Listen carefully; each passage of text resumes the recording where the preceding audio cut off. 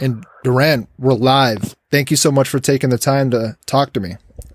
Yeah, man, of course. It's good to talk to you again. It's been a while. Yeah, it's been a while, and we're recording this on March 21st, and I'm going to be dropping this on Thursday, which I believe is on the 26th. So by the time we release it, I'm sure there's going to be a lot more information around COVID-19, the coronavirus, people's situations in dealing with that. So, I just wanted to kind of give that asterisk for everyone, for all the fine listeners who are going to be hearing this and hearing some thoughts, opinions about the situation that might change over time. Yeah, perfect. So perfect. And I feel like for me, this is a perfect conversation to have with you. Not in the sense of that I'm not a healthcare expert or a policy expert, but the idea of being able to talk to people like you. And I've listened to your work. I've listened to your music, and I feel like with now more than any time ever, being able to gravitate towards art and the type of work that you're doing is now more important than ever. And the reason why I say that for you specifically is because, leading up to this podcast and engaging with your music, I can tell the authenticity that you have in your work, and the positivity that surrounds it. And Thank you. Kind of looking at you from a distance and having an objective point of view. I feel like your character stands for itself, and seeing what you put out into the world, whether it's a tweet or whether it's music, it definitely is a testament to your character. And I feel like, now more than ever, we need the ability to have strong character and to have positivity as we navigate this turbulent time. Yeah, for sure. No, I appreciate you saying that, man. That means a lot. I feel like the more that I've, gotten into, I haven't been making music for a super long time, like a little under 2 years now. So I feel like the more that I've gotten into it, the more I've realized that it's most beneficial for me personally when I'm the most authentic with myself and with my listeners. I don't know, man. It's been so therapeutic to just be able to get my thoughts out in a different way. And the cool thing is I can do it all from the comfort of my home. So the quarantine doesn't really mess with that too terribly much. Yeah, I definitely want to dive into a few things that you brought up there, but take us back 2 years ago. Take us back to the beginning. How did you start getting into making music? Yeah, so I was going through an interesting transitional time in my life. Some things were going on, and weirdly enough, I'm a big Mac Miller fan, and when he passed away, I don't know why, but that sparked something in me. I've always been around music my whole life. Played drums since I was 3, keyboard or piano in 3rd grade. Taught myself a little guitar along the way, but I'd never actually tried to produce my own music or record myself singing or anything like that. And when Mac Miller passed away, something just sparked that interest to give it a try. And ever since then, I've just been, trying to get a little bit better every day and be more authentically myself and put out the sounds that are important to me. And I think we're on a good path. Yeah, man. And again, from just an objective third party, looking from the outside in, I think you're on a great path, and I really appreciate it. So thanks for your work. So I want to talk to you about authenticity in your work. I would imagine with trying to be authentic and trying to write lyric and put something out there that might not work, there's some vulnerability that comes along with that. Is that something that you've experienced? Yeah, for sure. Like I said, like the more that I've gotten comfortable with the sound that I'm putting out, and the friends that I've got, and the resources that I've been able to attain over the last 2 years, I just feel like vulnerability is kind of a byproduct of that. Because the more comfortable you get in yourself and in your sound, the more that you're going to realize, oh, you know what, like, this is very therapeutic for me. This is something I can, an outlet that I can use to say things I wouldn't normally just go out and talk to people about. Yeah. So talk to us about the therapeutic part. So this is kind of like the art piece. The art aspect of it gives you the ability to kind of put things out there. What does that mean for you? What does that mean for you as an individual who's learning and growing? With the therapeutic part, I feel like just the more that I'm around music and the more that I'm making music is the place and the time that I feel like I'm most, my true self and in a lane where I feel like I should be. And could you repeat the second part of that question again? Sorry, man. Yeah, I just like, what is that? What has that done for you? The ability to kind of put things out there that you normally wouldn't talk about. What are the results that you've seen of taking that step and putting things out there? Okay, bet. So, it's been pretty cool because I've had people reach out to me that I would never expect to reach out to me and be like, hey, man, like, I've been playing the song lately. It's something that I've been feeling lately. It's helped me a lot. And the fact that people can relate to that is just like the craziest thing to me. And it employs me to realize that, the things that people connect to the most are the things that I'm most real about. I couldn't agree more. It reminds me of a conversation that I had with a friend of mine who's from McDonald, Ohio. His name's Andy Timpko, and he's a country musician. He's out in LA now. But we had a conversation about connection and something that I do in my spare time is I do stand-up comedy, and the realization that I've come across is that people don't laugh unless it connects, right? So exactly. So I get that instant feedback of, oh, they missed it, or, oh, they got it. Yeah, for sure. And to me, they got it part and that connection and that bridge, the bridging between my experience and their experience is something that is magical and unbelievably, great for the development of my soul. So that's something that I've experienced as well.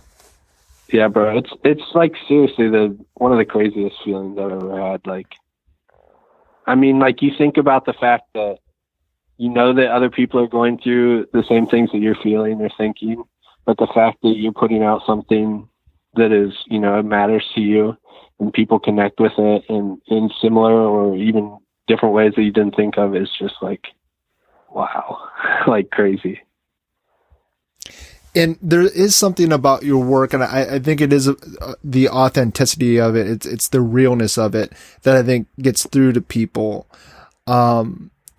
But tell me, like, what your thoughts in general of how you feel that your work is different from other artists that you've come across, because there's certain artists that I've come across that, I can bob my head to and I can appreciate their work, but it feels like that's what it is. It's their work instead of actually who they are. So do you have any thoughts on that? I don't know, man. I think obviously everyone has a path that they see for themselves in this industry or this world. And, I think everyone just approaches it in their own way. Like the snowflake effect, like everyone's just a little different. Like other people aren't going to obviously have the same goals, the same processes and the same resources or whatever that other people are able to get to. And just as a result of that, and as a result of, you know, how people are raised or how people want to come across to other people, it's, you know, it's as a result of all of that and the individualness of society, you know, I just feel like everyone puts out, you know, what matters to them or, you know, what they want. And I think that people should put out what they want. Mm-hmm. Not be afraid to do that. Yeah, I agree, and I think it's important. I think that that individuality is so important, and to me, going back to your authenticity and your approach to it, I just feel like you have such a uniqueness to your work that nobody can copy it, right? Because no one has lived the life that you have and experienced the things that you've experienced. So I feel like, exactly. I feel like you are a testament of like kind of being in a category of your own and just getting it out there to socialize it with and share it with others. Well, thank you. I appreciate that.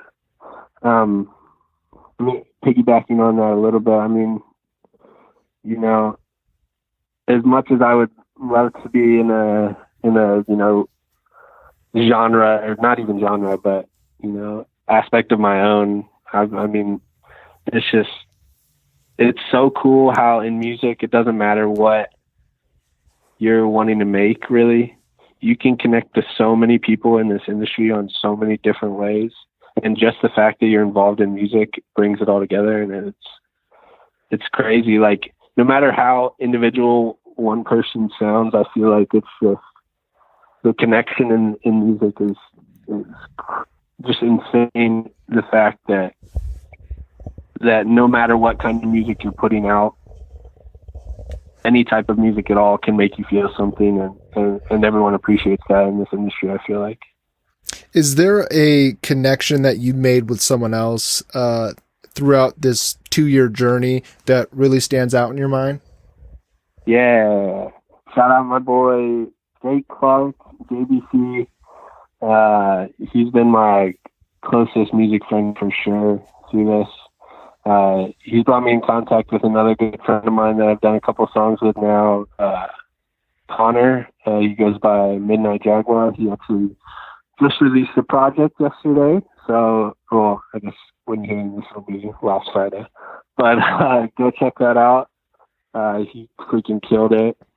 There have been a couple other people behind the scenes that have been, you know, giving me advice and things like that. My mom is a big musician, comes from a musical family, so her and my dad have been really supportive in this whole thing. It's been really cool to see. Trying to think. There's so many more people that I've made connections with. It's been really cool to make connections and then build friendships from those connections. Yeah, that's beautiful. And talking about Connor, aka Midnight Jaguar, looking at that single that you were talking about, I would imagine that's Thoughts that just came out. Yep, correct. Yeah, and we have another song on one of Jake's older projects called The Voyager 2 that we did together kind of early on when I was making music that I enjoyed a lot too. And it's when I'm Thoughts, listening to that song right now, you know, in the midst of a global pandemic that none of us or parents or grandparents or within, you know, 1 or 2 generations have ever dealt with this.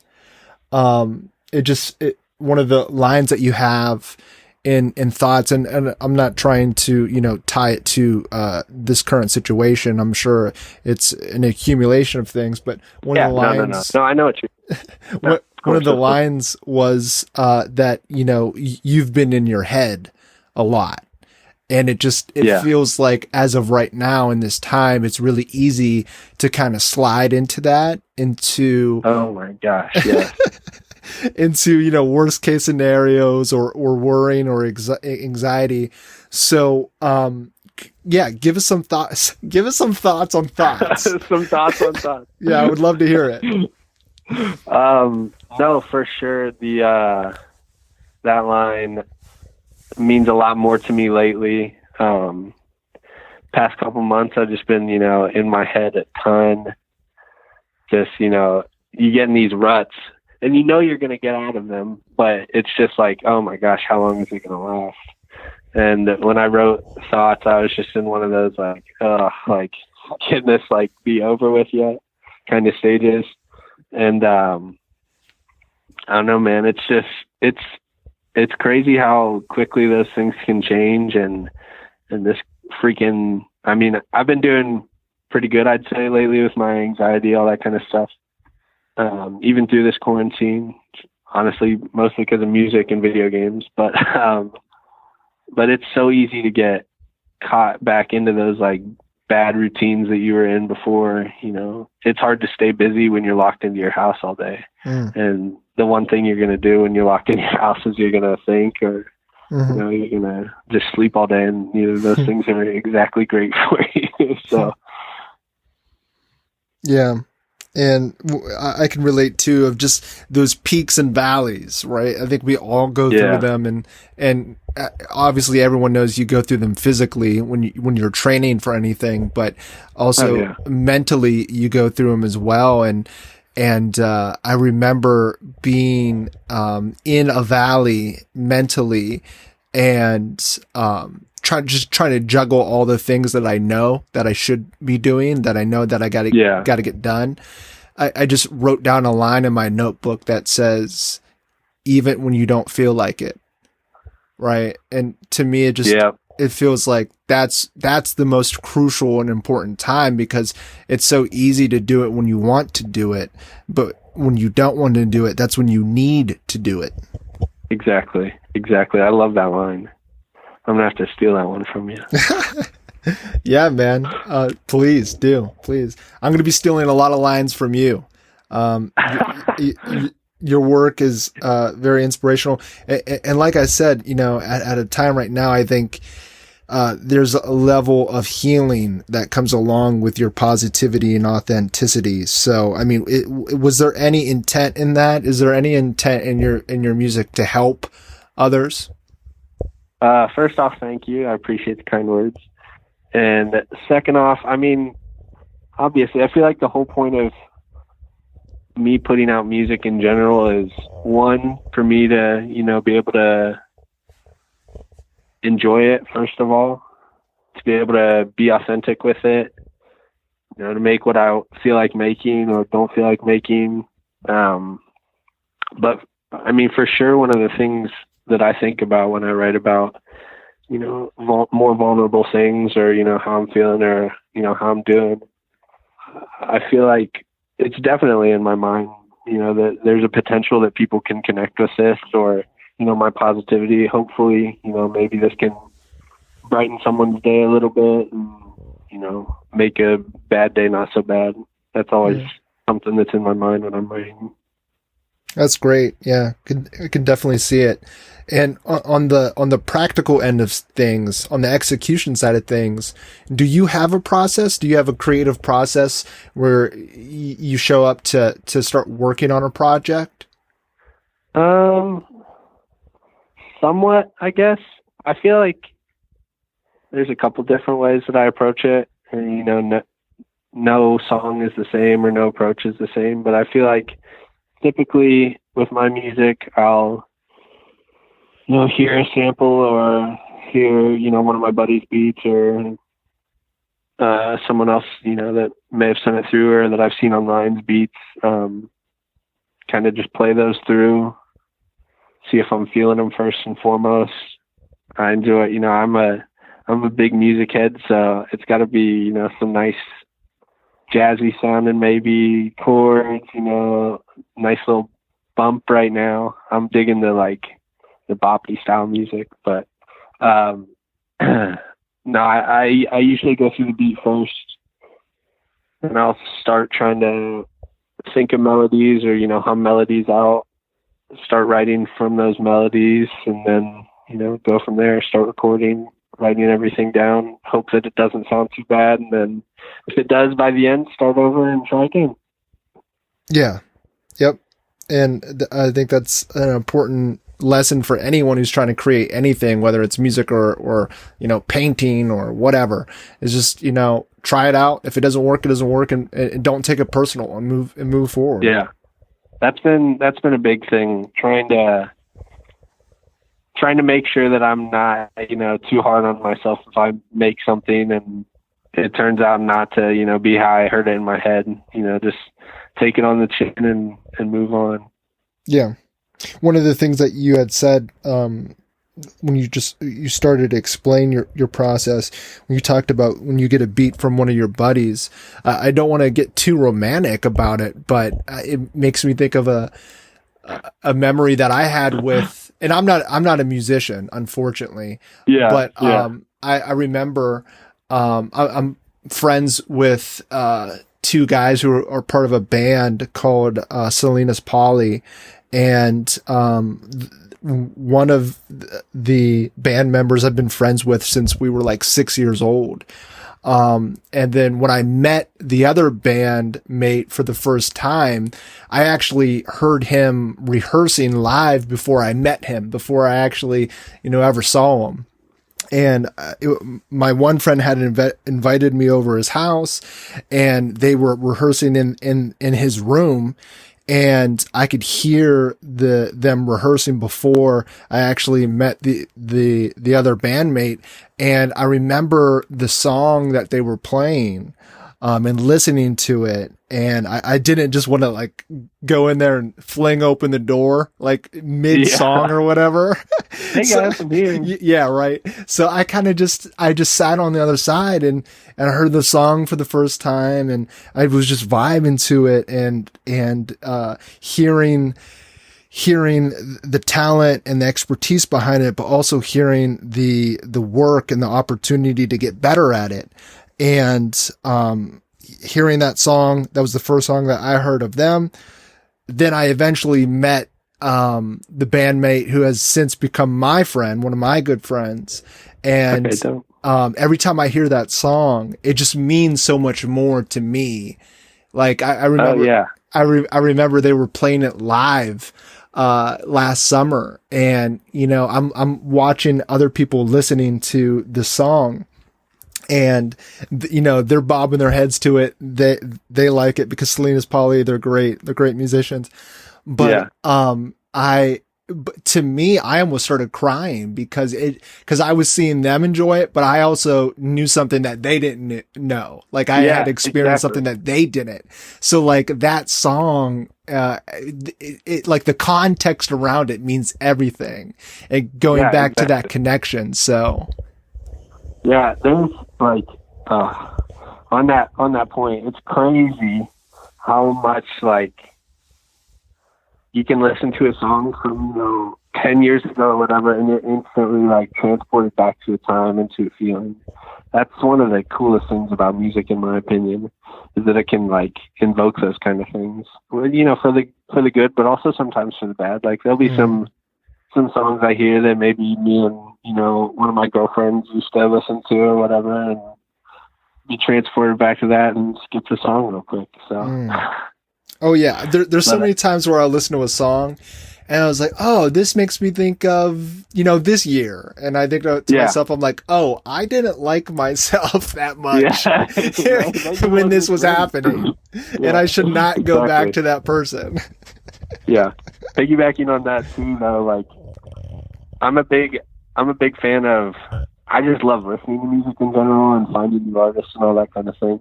And so a lot of times I'll send music to, you know, some of my close friends, and I'll like almost take it personal if they're like, oh, I'm not really, you know, like messing with that too much. I'm like, oh, are you kidding me? Like that song is so sick.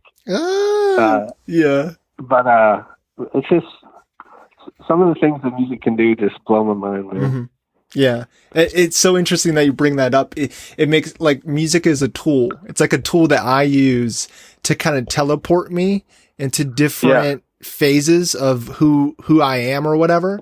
And like, for example, one of the things that I do, like if I need a lot of positivity and if I need a lot of hope and I need a lot of, just like energy for a brighter future, what I do is I play, Lauryn Hill. And the reason why, okay, bet.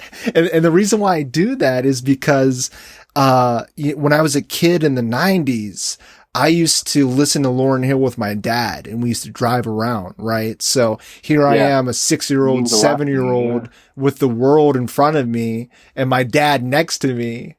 And you're ready to take on anything. And Lauryn Hill brings that out of me. So it's just so interesting how like you could use it as a mechanism, to start tweaking the dials for your own, your mental and spiritual well-being. Yeah, for sure.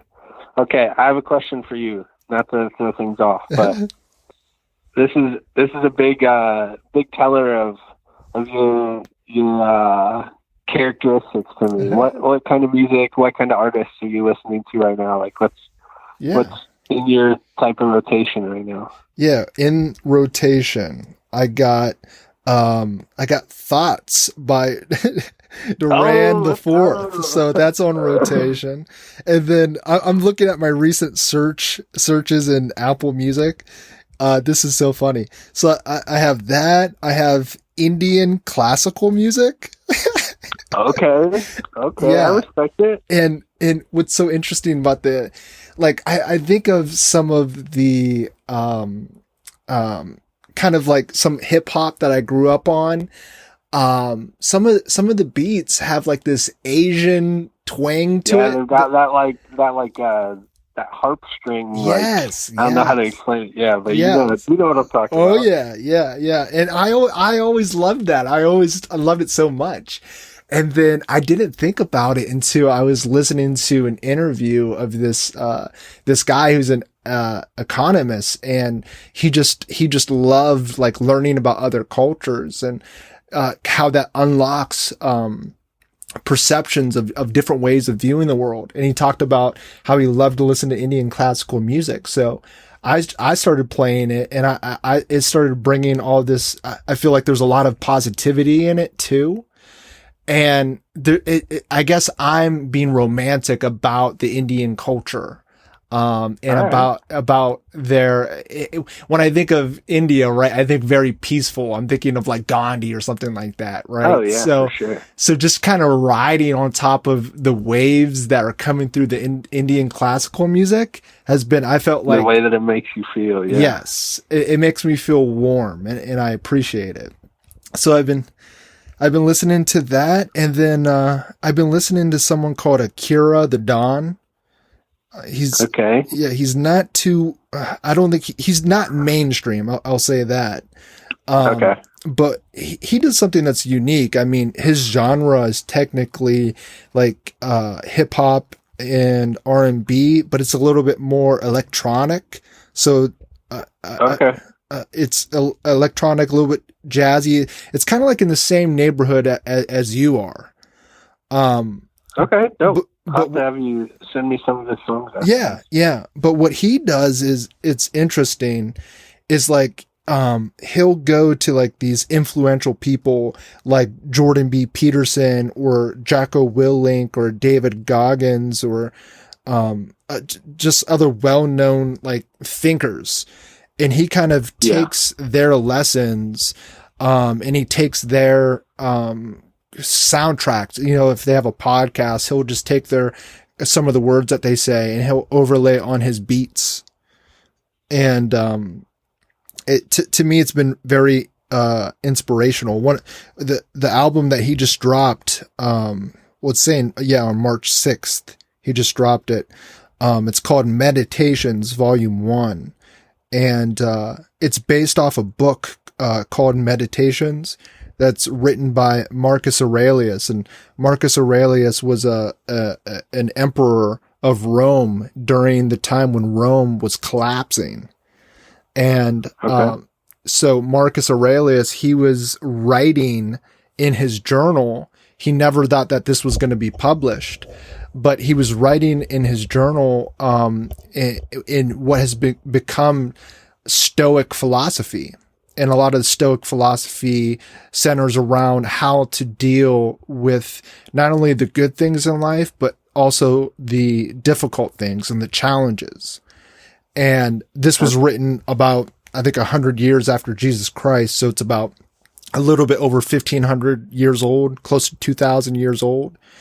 And obviously he couldn't take Marcus's, sound bites and put it on the track. So what he did was, yeah, exactly. So what he did was he went through the book, pulled out some lessons that he found was important, and kind of, manipulated the wording, but he manipulated the way he said it, right? So that way it could fit well into a song with his beats. And, wow. To me, that sounds crazy. Yeah. So it's like, I'm tapping into the thoughts of this Roman, emperor who was, controlling, one of the biggest dynasties in recorded history at the most challenging time ever. I'm taking his lessons that he wrote and I'm just kind of snacking on them with beautiful music behind it. And I just have that. Sorry. I was just going to say, I have that on repeat now in this unprecedented, uncharted waters as we deal with, the pandemic. Yeah. Some good lessons to learn for sure. I'm going to have to check that out. That sounds really interesting to me. Yeah, for sure. I'll send it to you. And I just learned that, Marcus Aurelius, when he was emperor, not only was he dealing with wars, but he actually dealt with the epidemic in Rome for 15 years. That was, oh, wow. Yeah, like bodies were piling up in the street when he was basically the president. So I was like, wow, this couldn't be any more perfect timing. Yeah. Hopefully ours doesn't last for 15 years. So. Yes. But I mean, speaking of the current times, speaking of, what we're looking at now, you're living that quarantine life, and I feel like you're looking at it with opportunity. Can you talk to us about, looking at this kind of, it's kind of like a glitch in our normal routine of how we live life. How are you dealing with the glitch? How are you leveraging it? Well, I'm basically doing all the things I feel bad about doing before this whole thing started. So I'm just kind of living my best life right now, honestly. I get to make music. I get to play video games with my friends. I get to watch Netflix. I'm just, chilling, enjoying the break before, all the craziness starts back up, hopefully soon. That's so interesting. It's so interesting how you refer to, the normal everyday routine as crazy. Yeah. Well, it is sometimes. I mean, for most people, it is all the time. Mm-hmm. Yeah. No, I agree with you. No, I agree with you. I don't mean to come off as if like you're making this. No. I didn't think that at all. No. But yeah, it's so interesting that, with this, situation, it's kind of given us an ability to kind of hit pause and then kind of look at what are our priorities. Yeah. I'm kind of, the way that I'm personally trying to view this is like, okay, get this stuff all out of my system now, get the laziness out while I can. And then when everything gets back to normal, we can hit it hard again and hopefully get back to working and making music and working out and make it all fit again. So, yeah. So you talk about that hard work and hitting it hard. What are some of the, not glorious aspects of being a musician that people on the outside aren't familiar with? Well, I can only speak from my experience personally. So, I don't make any money doing this yet. So it's all just like a labor of love at this point, hoping that something happens in the future. A lot of people don't even give your stuff a listen, which is hard to deal with at first. there have been some friends of mine that, I've gone out of my way to support and, whatever their, endeavors are, all that. And then you don't get the same type of love back, and it hurts a little bit, but you learn to deal with it. Mm. But I mean, for me personally, that's been the only real downsides of it. It's been fun. I've enjoyed it. It's been challenging. It's made me push myself a little bit harder the past, year specifically.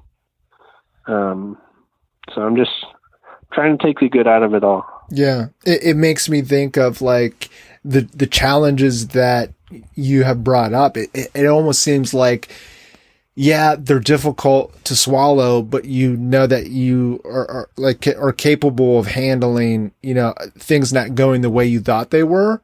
And it seems like, this has been like kind of like a tool for you, for revealing things, the true nature of things. Yeah.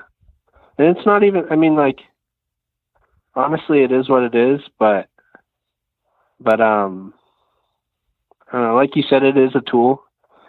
It's definitely revealed some things. But it's revealed a lot, of things in myself personally that I didn't know were there, which has been the best part of it all to me. So. Wow. That's powerful. Thank you. Go ahead. Go ahead. Lately, I've got some, good friends around me that remind me that, as Crystalia would say, life rips, baby. And I've had some great people that have come around me and that I've, created great relationships with that have, helped me keep my mindset on a good path and help push me to, push myself. And I mean, I'm thankful. So. Yeah. And that pushing of yourself, I again, going back to that authenticity, it makes me think of a book that I read. It's called, So Good They Can't Ignore You. And the subtitle to it is Why Skills Trump Passion in Pursuing the Work That You Love. And we come from a generation of guidance counselors telling us to follow your passion. And we don't really hear too much about, how about actually be good, do good, put out good work. And, that term, so good that they can't ignore you, came from, I'm blanking his name. He's a comedian, Steve Martin. All right. So Steve Martin, one of the most well-known comedians of all time. He did stand-up comedy for, I believe, 13 years before he ever made $1 from it. And I mean, that's a long time. Paid off for sure. Yeah. And so, one of the, so the author, who's not a comedian, he's actually a professor at Georgetown University. He was saying that he was watching an interview with Steve Martin, and the interviewer asked him, what do you have any suggestions for younger comedians coming up? And he said, you have to be so good that they can't ignore you. And I feel like that falls right in line with the type of pushing that you're referring to when it comes to, okay, so they didn't listen to it. That means that I'm not going to get mad. I'm just going to get better. Yeah, exactly. I mean, you can only control, things pertaining to you and the way you react. So one thing I've been learning through this too is it's pointless to waste your time and your emotions worrying and, stressing about things that are out of your control and never have been in your control anyways. And just let things play out how they're meant to be. Now, obviously that's, a lesson that is applicable to your work with music, but do you feel like that transcends just, your work and getting it out there? What do you mean? Like, does it affect other areas of my life other than music? Yeah. Have you seen yourself, in other, aspects of life outside of music where you're applying that lesson? Yeah, for sure. I mean, I would like to say that whatever mindset I'm approaching one thing with, I would like to approach everything with it. Mm. I mean, what's the point of, wasting energy on things that you aren't going to approach with the same mindset? Mm-hmm. Yeah. So I feel like in general, the same ways that I approach one thing, I'd say I approach everything. Yeah. Or at least I try to. It doesn't always happen like that. Mm-hmm. But, a good marker to set for yourself is, to be able to give ample, effort and passion. Like you said earlier, it's about what you have talent in, not just your passions. But at this point, I'd say you pretty much, I'm 24 now, but at this point, I'd say you pretty much know what your talents are and the areas that are, that you could have potential for, and just, be self-aware enough to realize those areas and approach them all, nose to the grindstone, keep working hard.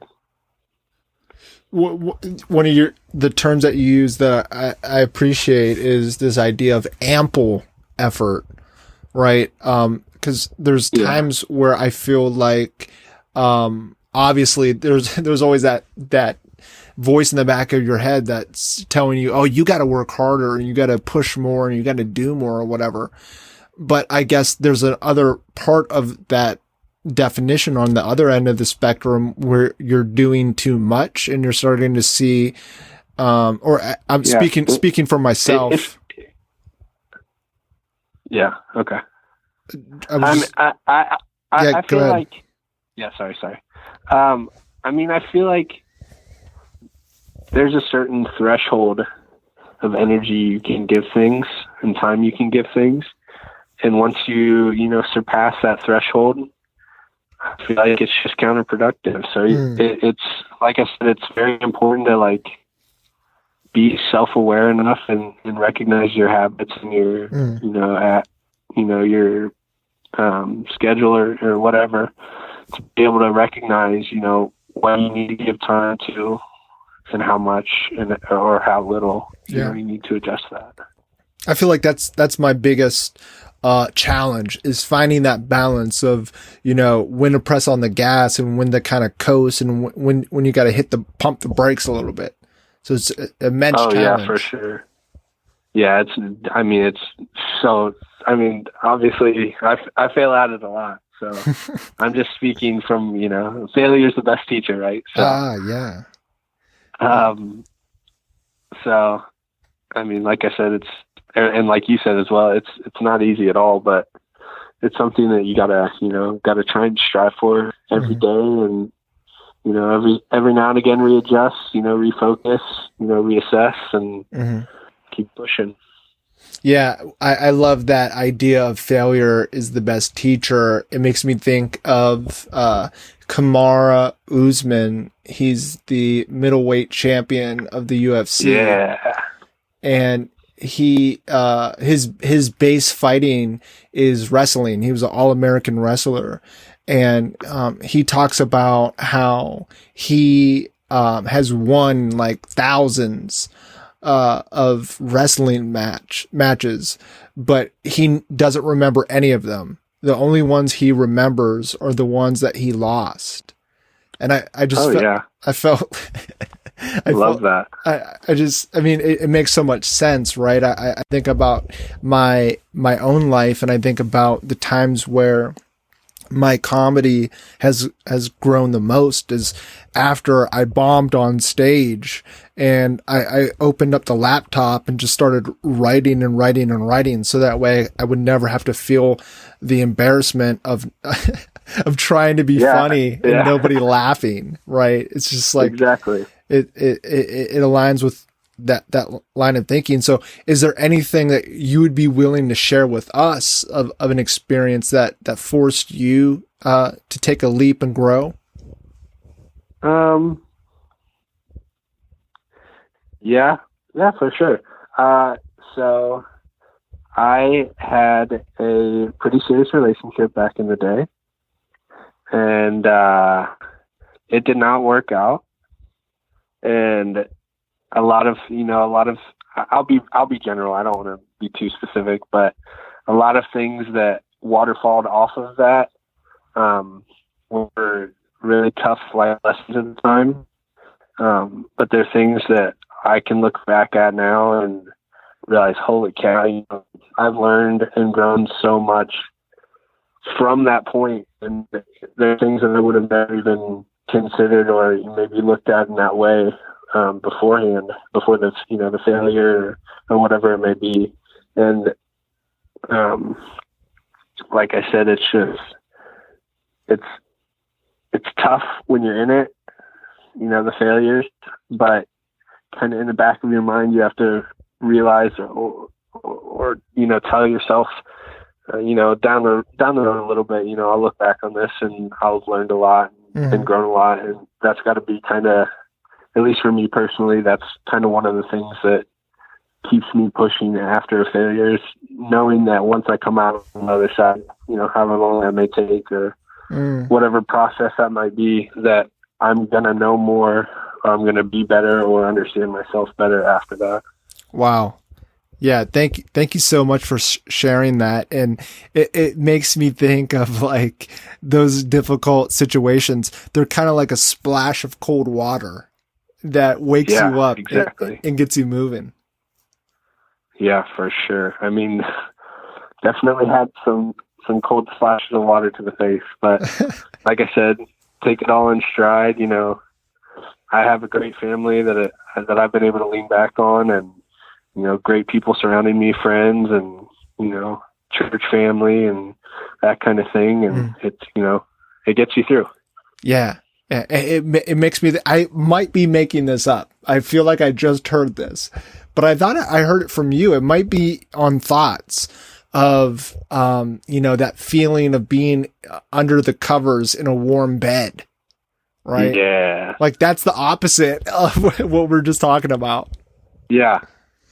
That's the other thing about life, man. You get in so many like different cycles, and it's just the past couple months for sure have opened my eyes a lot to realize, like how fragile things can be, and how much you have to really assess things daily and remind yourself of things, and try to stay to the schedule and stay structured, and hopefully you have less of those days where you just want to do nothing but lay in bed. Yeah. And it's just, it's all about perspective. And in order to gain that perspective, it's like the perspective, the incoming information that's going to give you that cold water to wake you up. I feel like it's there. It's always there, but it's up to us to pay attention and to be aware of it. Yeah. So it's almost like you're laying there and there's a water balloon right above your face, and there's a needle right real close, and it's just about to hit it, but you never know when. Yes. Yeah. I couldn't agree more. Pop in. Yeah. And it's, I think that the warm blanket, right? The warm covers, it's just so easy to just metaphorically slide underneath them and stay there, and then cover up your face so that way you're not seeing the balloon, right? So you just out of sight, out of mind, right? And it's just so easy to slide into that and to fall into that. Yeah.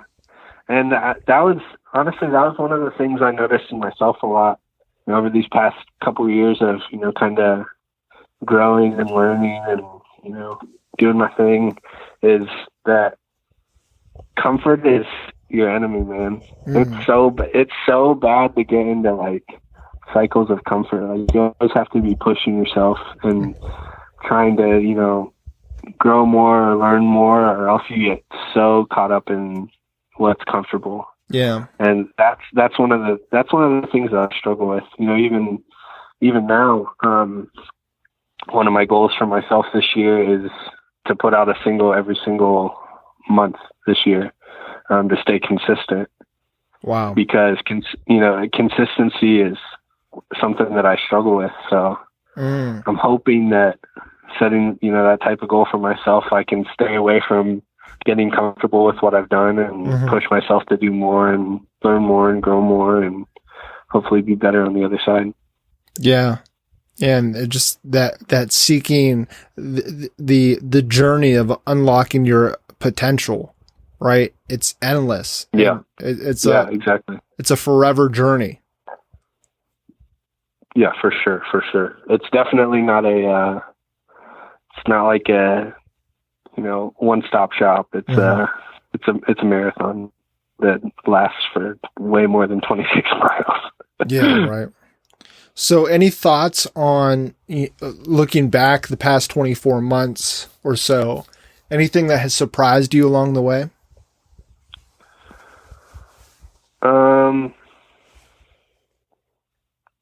That's a great question. Anything that surprised me?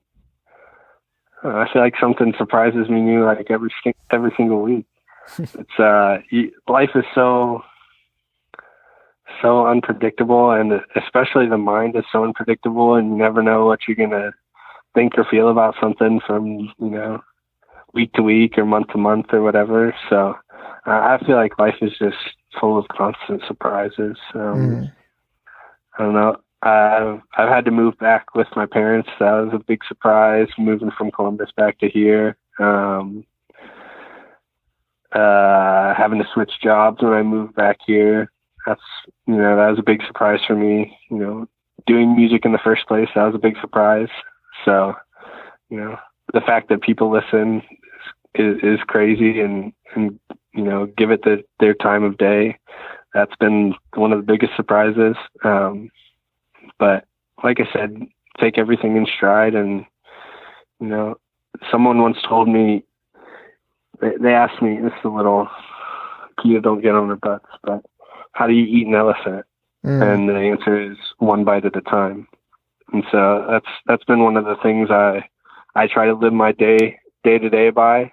You gotta only worry about today and not tomorrow, and let things surprise you as they may, but take it all in stride. Yeah.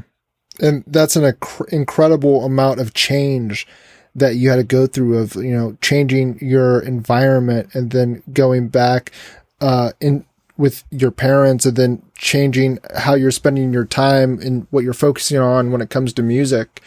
Yeah. What steps did you take that you feel like are the most important when making such a big change?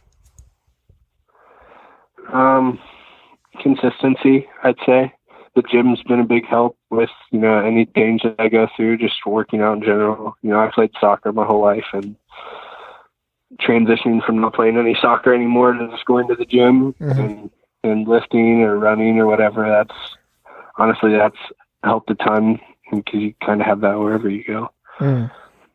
And my family's awesome. They've been the most consistent thing in my life, ever. So they've always, been a good thing to lean back on, no matter what, changes are happening. And yeah, they're pretty good. They're pretty great. Yeah. And when you talk about the physical aspect of getting back in and training and trying to stay in shape, it makes me think of a conversation that I had with one of my podcast guests, and he talked about, just the physicality of life, right? Like just life in general is a sport. And, and I realized, one morning at work when I came into work and I was hungover because I had too much wine the night before, and I could barely lift my head off the desk to check my email, and it's pretty goofy looking back on it, but it was like when I think about it, I'm like, hey, my body is a tool, right? Like this is my vehicle that I have to make sure that is prepared for me to be able just to stand up straight, right? Or just to sit straight, right? Just to look at those emails. Yeah, right. And just being a person, just going around and doing what you need to do, you can't do that optimally if you're not taking care of the vehicle that gets you to point A to point B. Yeah, exactly. And I feel like the more that I neglect the physical, the mental also feels more neglected a little bit too, for me personally. But yeah, that's one of the things that helps me stay consistent, is just knowing that it's not only good for my body, that I want to take care of, but it's good for my mind too. Yeah, because when I exercise, I get to this point, I get to this place that's uncomfortable, and my mind gets to play with that. It gets to simulate, okay, what's going on here? How am I going to approach this thing that I don't like? And that spills over into the emails that I get that I don't like. Yeah. I was just thinking about that earlier when I was running on my treadmill at home. Got to that point and I was like, is it really worth it? Is it? But you just gotta, the mind is a crazy thing. It can tell you a lot of goofy stuff, but yeah, I agree. It's important to remember that ultimately, I feel like the way you look at things is the way that it'll respond. Hopefully, at least, or at least that has been in my experience. Well, Durand, this has been great. I got 2 more questions for you before I let you go. Okay, perfect. The first question is there anything that I didn't ask you that I should have? I don't think so, man. This has been some good conversation. I agree. Nice thought-provoking questions, and no, I think you're good, man. Awesome. Well, thank you so much, and I appreciate your time. I think there's a lot of wisdom from your experience of being a musician and climbing and walking on this journey. I thank you so much for being open and honest and vulnerable. I really appreciate it. Yeah, of course. And with that being said, I think the feeling's mutual. I think it's been a great conversation. I hope that we can do this again in the future. I hope for sure, man. Let me know. I hope we could do it in person, barring this quarantine and barring the pandemic, after maybe when this all blows over. Yeah. We will rise from the ashes and get a coffee together, get some coffee face to face. Yeah. That's great, dude. But that would be good. But so we'll have to set that up. So, and that ties into my last question. Between now and that future podcast, is there anything that you're looking forward to in the future? Yeah, I've got a single coming out on Tuesday that I worked on with a guy named Internet Boy. I'm really excited about it. It's more of like I feel like I'm feeling in a good spot, so I made a little more of something you can move your head to. That's coming out Tuesday, and then working on stuff for the following months, and thinking about potentially putting out a project at some point this year too. So hopefully just going to try and keep myself busy, man. That's exciting. Stay alive, stay healthy, all that good stuff. Yep. I'm looking forward to Tuesday, man. I can't wait to hear it. Your music can be found on all major platforms. Yep. Correct. And it's shout out DistroKid. So it's at Durand _IV, DURAND_IV on all socials. And you can find me on that on all socials, on all streaming too. All streaming, all socials. Any social in particular that you want to send people to? Instagram's great. All right. Instagram /Durand_IV. There we go. Awesome. Well, Durand, thank you so much, man. I really appreciate this, and looking forward to the next time. Yeah, me too. This is really awesome. Great first experience on a podcast. So thank you so much for this. I really appreciate you asking me on. Yeah, and I appreciate your work, man. I'll be in touch with you soon. Of course, man. See ya. Have a good one. You too. Bye.